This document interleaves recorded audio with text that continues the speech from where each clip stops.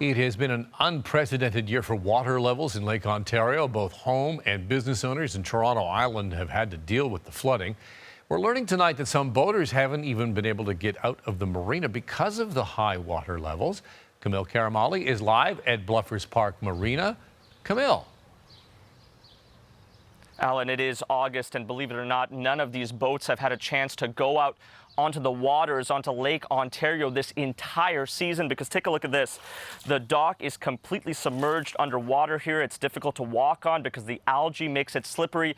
Now, these boats are safe to head out into the water. The problem is coming back in because these docks are so difficult to see.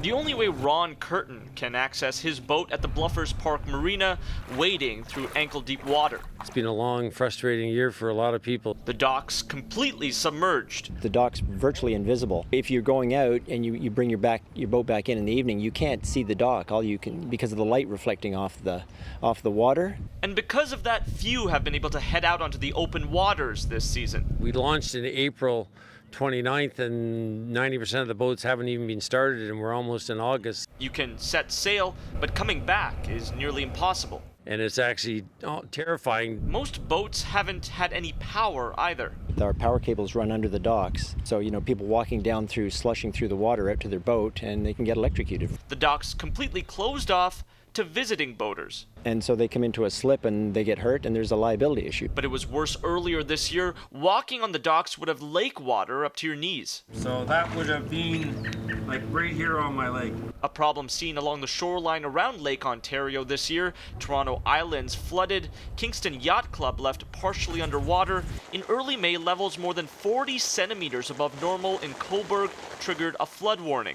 People left wondering who to blame. We're just confused. The International Joint Commission implemented a new flood plan in 2016 to, quote, enhance wetland biodiversity.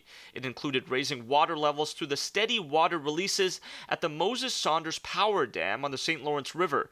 But the governmental body says that plan is not the primary source of the high water levels this year, saying it was caused by heavy rain and melted snow.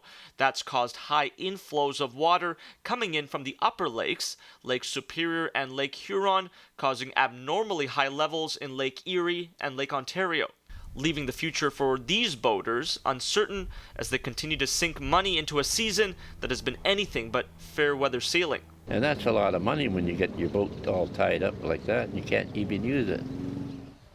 Now, the International Joint Commission did say that the water levels peaked in mid-June at 76 meters, but it's slowly been receding since then, now at 75.5 meters roughly, and they hope that these boaters will be able to go out into the water safely and bring their boats back in by next week. Alan, back over to you.